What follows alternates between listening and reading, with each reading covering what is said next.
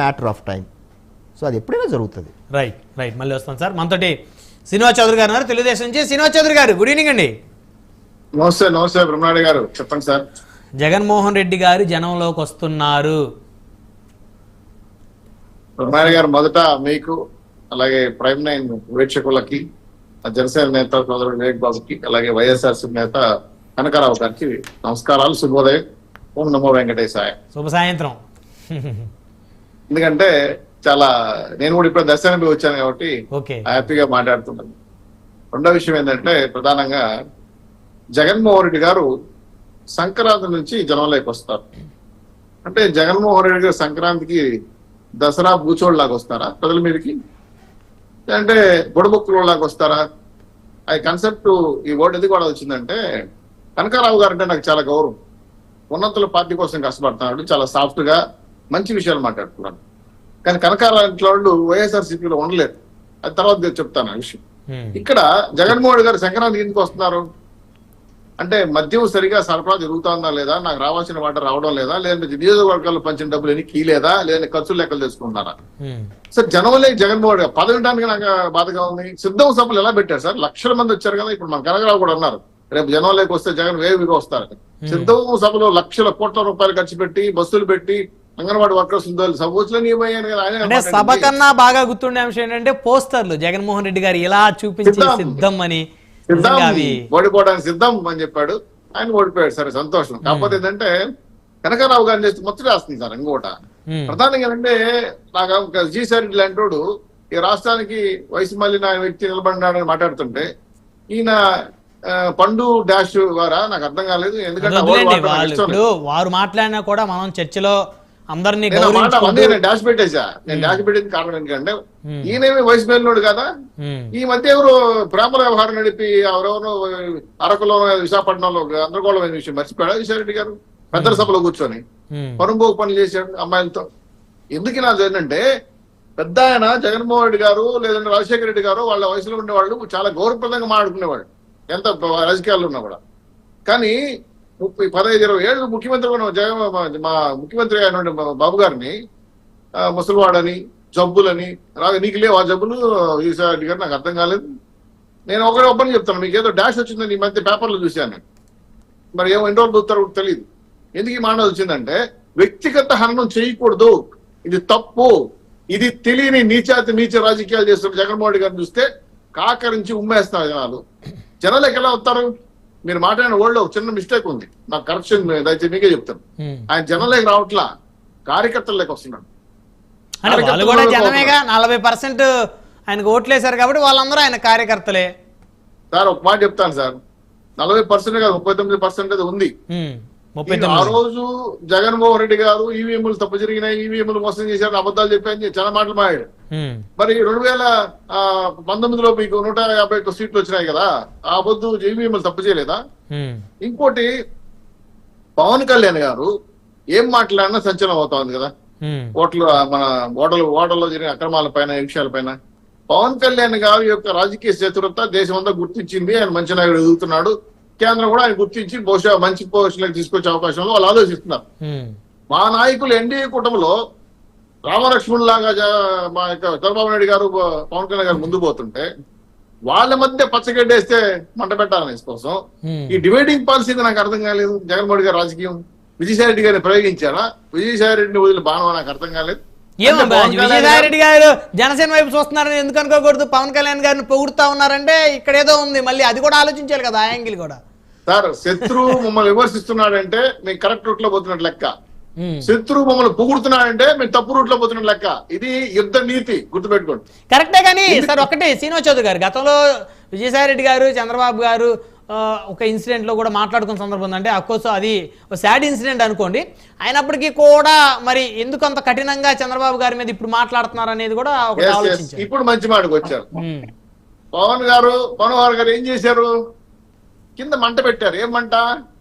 Aurobindo ఎట్రో real estate సంస్థ నౌకను seize చేసే కాకుండా ఆ సంస్థ కేవీ రావు గారి దగ్గర కాకినాడ పోర్ట్ లో వేల కోట్ల రూపాయలు అక్రమంగా తక్కువ వడ్డీకి దొబ్బేశారని చెప్పారు, పుట్టేశారని చెప్పారు, వాళ్ళంతా కత్తిపెట్టి లాక్కున్నారని చెప్పారు.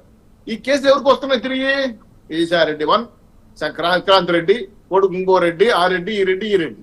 ఇప్పుడు చివరికి అందరికి నోటీసులు వెళ్తున్నాయి. ఆల్రెడీ లుక్అవుట్ నోటీసులు ఇచ్చేశారు. మీకు తెలియని విషయం లుక్అవుట్ నోటీస్ ఇచ్చారు. అదే అన్నారు కదా విజయసాయి రెడ్డి గారు, నా మీద ఆల్రెడీ సిబిఐ కేసులు ఉన్నాయి, నేను దేశం దాటాలంటే సిబిఐ కోర్టు పర్మిషన్ ఇవ్వాలి, లుక్అవుట్ ఎందుకు ఇచ్చారంటున్నారు. అమ్మాయిల విషయంలో కాదు, ఆర్థిక లావాదేవీల్లో జగన్మోహన్ రెడ్డి గారికి అన్ని రకాల సలహాలు ఇచ్చి ఎలా షెల్ కంపెనీలు సూట్ కేసులు పెట్టాలి, ఎలా అక్రమాలు చేయాలి, ఈ స్కామ్లు ఎలా చేయాలి ప్రధాన నిధుడు విజయసాయి రెడ్డి. సో అటు తిరిగి వస్తున్నది ఆయన కిందకి ఎప్పటి కిందకి కత్తి. కాబట్టి ఖచ్చితంగా జైలుకు పోయే అవకాశాలు జగన్మోహన్ రెడ్డి తర్వాత అత్యంత మెరుగ్గా ఉన్నటువంటి జగన్మోహన్ రెడ్డి గారు ఏమో ఇంటర్నేషనల్ జైలుకి వెళ్తాడు, విజయసాయి రెడ్డికి ఏమో దేశ జైలుకి వస్తాడు. ఎందుకంటే ఆయన నేర ప్రవృత్తి దేశ విదేశాల్లో విస్తరించి జగన్మోహన్ రెడ్డి గారికి, ఎందుకంటే యూఎస్ఏ నుండి లోపిస్తుంది. కనపడే అంశం ఏంటంటే, ఆశ్చర్య విషయం ఏంటంటే, మీరు అన్నారు ఉపద్ఘాతం బెల్ట్ షాపులు ఇసుకల గురించి మాట్లాడుతున్నారు, వీడియోలు పెడతారని. నేను మీ ద్వారా సవాల్ ఇస్తున్నా. మా కనకారావు గారు చాలా మంచివాడు, ఆయన గురించి వ్యక్తిగత మాట్లాడుకోలేదు. వైఎస్ఆర్సీపీ నాయకులు దమ్ముంటే, చావు ఉంటే, ఇంకా చెప్పాలంటే వాళ్ళ పార్టీ మీద వాళ్ళకి నమ్మకాలు కార్యక్రమాలు ఉంటే, నిజంగా రాయలసీమ పౌరుషం ఉంటే, ఆంధ్ర రాష్ట్ర ఆరంభ సురత్వం ఉంటే, ఒకటే మాట చెప్తాను, మీకు ఎక్కడికైనా ఏ జిల్లాకైనా ఏ ప్రాంతానికి వెళ్ళండి, బెల్ట్ షాప్ ఉంటే అక్రమంగా ఇసుక తరలిస్తా ఉంటే ఒక వీడియో పెట్టండి, ఒక గంట లోపల క్షమాపణ చెప్తాను చూసి. నిజమైతే ఓకే. ఈ రోజు తిరుపతిలో బెల్ట్ షాప్ కాదు, 2 బాటల్లో కుక్కడికి ఎత్తుకోబోయారు పిల్లోని. ఇమీడియట్లీ ఎస్ఐ కాసుకొని అరెస్ట్ చేశారు. 2 బాటలు ఎత్తుకోపోవచ్చు, కానీ అమ్ముతున్న సమాచారం కోసమే వెళ్ళారు. ల్యాండ్ ఆర్డర్ కూడా మీ జిల్లా తిరుపతి చాలా అద్భుతంగా ఉంది. ప్రత్యేకించి ఎస్పీగా ఉన్నటువంటి ఎవరైతే సుబ్బరాయుడు గారు ఉన్నారో ఆయన చాలా అద్భుతంగా పరిపాలిస్తున్నారు డిపార్ట్మెంట్ ల్యాండ్ ఆర్డర్ అని కూడా పబ్లిక్ లో. ఇంకో ఎగ్జాంపుల్ చెప్తాను. తిరుపతి పుణ్యక్షేత్రంలో రౌండ్ ద క్లాక్ ఎక్సైజ్ వాళ్ళు పోలీసు వాళ్ళు రెక్కి నిలుస్తున్నారు. ఇది నాట్ ఓన్లీ నా తిరుపతి సార్, నేను గర్వంగా చెప్తున్నా, ఆంధ్ర రాష్ట్రంలో 5 కోట్ల పైచలకు జనాలు గుండె మీద చేసుకుని నిద్రపోతారు. ల్యాండ్ ఆర్డర్ అంత బాగుంది.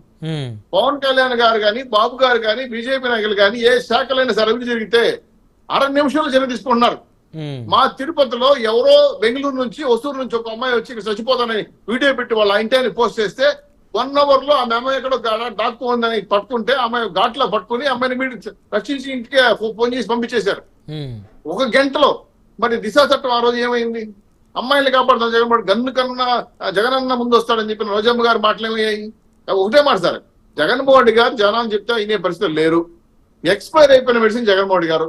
సరే ఒక మాట అడుగుతాను, రాయలసీమ అంటే మన ఆంధ్ర రాష్ట్రంలో అన్ని పార్టీ ఆఫీసులు మూసేశారు కదా, టూరిజం శాఖలుగా, హోటళ్లుగా, లేదా క్లబ్బులుగా మార్చుకున్నారు, పార్టీ ఆఫీసులు లేరు.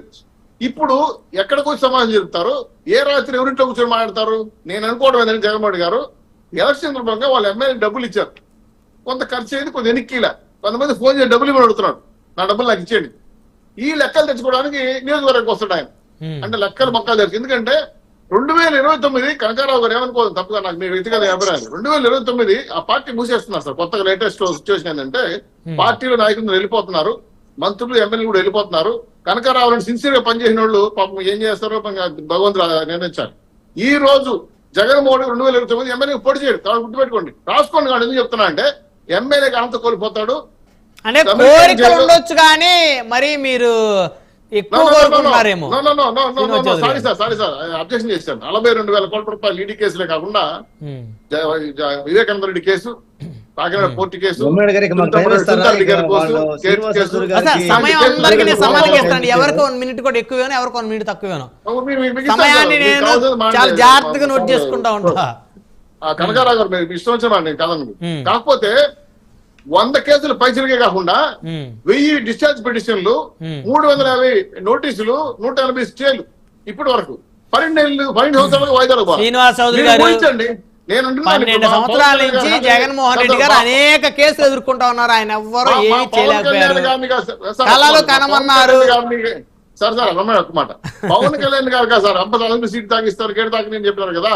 నేను ఓపెన్ చెప్తున్నా, లా అండ్ ఆర్డర్ ఆంధ్ర రాష్ట్రం ఉన్నంత వరకు జగన్మోహన్ రెడ్డి అసెంబ్లీ గేట్ కాదు కదా, సీటు కూడా తాగలేదు.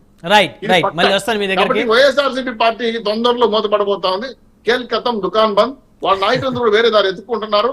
ఇక్కడ అంటే మీరు నవ్వుకుని చెప్పలేదు, చెప్పిన విషయాలు నవ్వు రావచ్చు కాదు. ఇట్లా కాకపోతే అంటే మీరు బేసికల్ గా మాట్లాడుతున్నారు వారు అధికారంలోకి రారు అంటే ఖచ్చితంగా వచ్చే అవకాశం వైఎస్ఆర్ ఉందని అనుకోవచ్చు కానీ కార్యకర్తలు అసలు భూమి పార్టీ మీద మూసేస్తారంటే అది కార్యకర్తలు ఎందుకు అసలు అంత ఇలాంటి possible కనకారావు అది. లాంటి వాళ్ళు కష్టపడి పనిచేసే వాళ్ళని సలహాదారులు పెట్టుకోవాలి, ఇలాంటి వాళ్ళకి ఇన్ఛార్జ్ ఇవ్వాలి. ఇది వదిలేసి అదేదో సోషల్ మీడియాలో కార్యకర్తలు 1800 మంది, 400 మంది 40 యూట్యూబ్ ఛానల్, అలాగే 400 మంది కోఆర్డినేటర్లు, వీళ్ళు నమ్ముకొని పార్టీ చేస్తే పార్టీ Right, ఉంటుందా right, చెప్పండి? right. పార్టీలు నిర్మాణం, మహిళా సంఘం, విద్యార్థులు, నాయకులు, కార్యకర్తలు ట్రేడింగ్ ఉంటేనే అది పార్టీ అవుతుంది. రైట్, మళ్ళీ వస్తాను శ్రీనివాస్ చౌదరి గారు, శ్రీనివాస్ చౌదరి గారు వస్తాను, మళ్ళీ వస్తాను. నేను ముఖ్యమంత్రి అవుతాను 2029 మళ్ళీ కళ్ళు మూసుకోండి right right right right right మళ్ళీ వస్తాను, దయచేసి ఆగాలి. కనకారావు గారు, కనకారావు గారు వీళ్ళిద్దరికి ఎవరు ఇద్దాం